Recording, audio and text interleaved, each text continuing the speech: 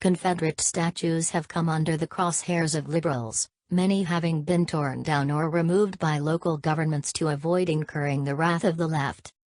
This morning, we took 5 RCC youth, ages 16-17, all from Section 8/Public Housing, to the Confederate monuments for one purpose, so they can formulate their own opinions before the media frenzy that's going to ravage through Richmond tomorrow.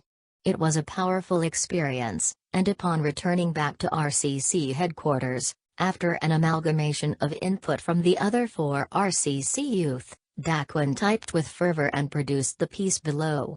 Most often, we have the distinct honor of being the voice for our youth, an honor built on our deep relationships and trust with them. What is written below is their voice, from their emotion, and of their reasoning. Aside from one sentence removed for ease of comprehension, it is completely unedited. Today me and my peers decided to visit the monuments to see what all the fuss was about, and we came up with this: is it more convenient to take down some statues than to improve the real problem of society? A lot of people think that the problem with society is racism, but racism is only the feeling of one race being better than another.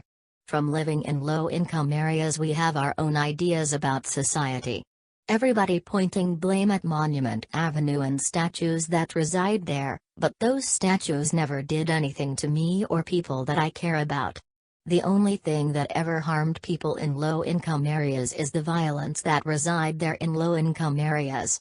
In low-income areas, 5 kids each, the 5 who visited the monuments today, from a different area, different apartments, collectively knows 22 dead, over the past year. Where the protest about that? Where are the reporters? Where are all the organizations that claim to be too alive to better the lives of blacks? From the day we are born, we are taught nobody cares and that nobody can help. What if I told you that there were kids starving in your backyards living in run-down buildings? What if I told you that there are kids that rather rob, steal and kill rather than going in the house with nothing to eat? Everyday kids like these say to themselves, do whatever to get to them bands, money, and if they don't give it to me I'ma take it. Now you might think that makes them savages or ruthless, but it's all we know. The schools we go to are unaccredited and broke, meaning everybody young, dumb, and broke. Instead of using money to knock down statues that most people in low-income areas never even seen, how about using that moving to improve schools? Fix up the community that we see every day, or why not protest in our neighborhoods where we see violence and hate the most? We always taught about pride and loyalty, but why nobody ever taught us not to die over the neighborhood that our mother renting?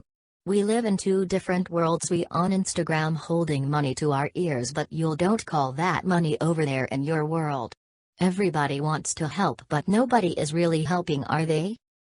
Written by Daquin, age 17. On behalf of the following RCC youth: Callie, 16, DeMonte, 16, Dawad, 17, William, 16.